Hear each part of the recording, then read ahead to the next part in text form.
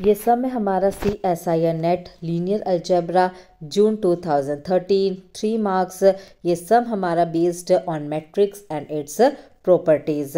सो statement है let A B a matrix. इस matrix का ऑर्डर है हमारे पास 3/5 where A and B belongs to some real number है। Choose the correct statement. 5 statements दे रखी है, हमें बताना इसमें से करेक्ट स्टेटमेंट कौन सा है। सो फर्स्ट स्टेटमेंट है there exist value of A and B for which columns of A are linearly independent है। ऑप्शन ए में हमें चेक करना है कि क्या कोई ए और बी की ऐसी वैल्यू पॉसिबल है जिसके लिए मैट्रिक्स ए के कॉलम्स लीनियरली इंडिपेंडेंट आ जाए, यानी कि इसका जो कॉलम रैंक है वो कितना आ जाए, 5 आ जाए। क्या ये पॉसिबल है? Second option there exist values of A and B for which ax = 0 has x = 0 as the only solution. Option B में हमें चेक करना है कि क्या कोई ऐसी ए और बी की वैल्यू पॉसिबल है जिसके लिए जो होमोजीनियस सिस्टम है इसके पास जस्ट ट्रिवियल सॉल्यूशन हो। Option C for all values of A and B the rows of A span a three dimensional subspace of R5। Option C में चेक करना है कि ए और बी की चाहे जो मर्जी वैल्यू ले लो, जो मैट्रिक्स ए के रोज है 3 रो है वो हमेशा कहते हैं कि 3-डायमेंशनल सबस्पेस को ही स्पैन करेंगे ऑफ R5।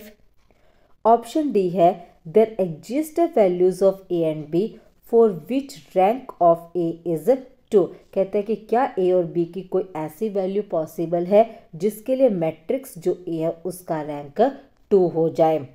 सो एक एक करके 4 ऑप्शन चेक करते हैं हम। मैट्रिक्स ए ऑर्डर है 3/5 जहां ए और बी हमारे पास कोई भी एक रियल नंबर है। अब इस मैट्रिक्स को ध्यान से देखें तो ये मैट्रिक्स हमारा रो एक्लन फॉर्म के अंदर ऑलरेडी है। इट मीन्स मैट्रिक्स ए का रैंक हमारे पास हो गया 3 for all values of A and B belongs to real number. चाहे जो मर्जी ए और बी रियल नंबर ले लो, मैट्रिक्स का रैंक हमेशा 3 रहेगा, इसके रैंक पे कोई फर्क नहीं पड़ेगा। तो यहीं से अगर हम हमारा ऑप्शन डी को देखें, ऑप्शन डी में पूछा गया था there exist values of A and B for which rank of matrix is 2, कि क्या ए और बी की कोई ऐसी वैल्यू पॉसिबल है जिसके लिए मैट्रिक्स का रैंक 2 हो जाए। ये तो पॉसिबल ही नहीं है। हमने अभी चेक किया, चाहे जो मर्जी वैल्यूज ले लो ए और बी की, मैट्रिक्स का रैंक हमेशा 3 रहेगा, यानी कि ऑप्शन डी होता है यहाँ से डिस्कार्ड। अब दोबारा देखते हैं, मैट्रिक्स का रैंक हो गया 3। अब मैट्रिक्स का रैंक 3 है, एक रिजल्ट हमारे पास कि रो रैंक मैट्रिक्स का और कॉलम रैंक मैट्रिक्स का हमेशा सेम होते हैं और ये मैट्रिक्स के रैंक के इक्वल होते हैं। इसका मतलब है मैट्रिक्स का कॉलम रैंक भी 3 आ गया, मैट्रिक्स का रो रैंक भी 3 आ गया for all the values of A and B belongs to real number है।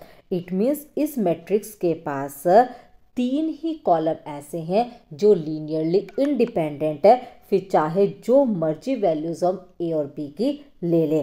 तो यहाँ से अगर हम ऑप्शन ए की तरफ जाए तो ऑप्शन ए में पूछा गया था कि क्या कोई ऐसी वैल्यू ए और बी की पॉसिबल है जिसके लिए इस मैट्रिक्स के सारे कॉलम लीनियरली इंडिपेंडेंट हो जाए, यानी कि कॉलम रैंक 5 हो जाए। वो तो पॉसिबल नहीं है, अभी हमने चेक किया, यानी कि ऑप्शन ए भी होता है डिस्कार्ड। अब बचा ऑप्शन बी और ऑप्शन सी।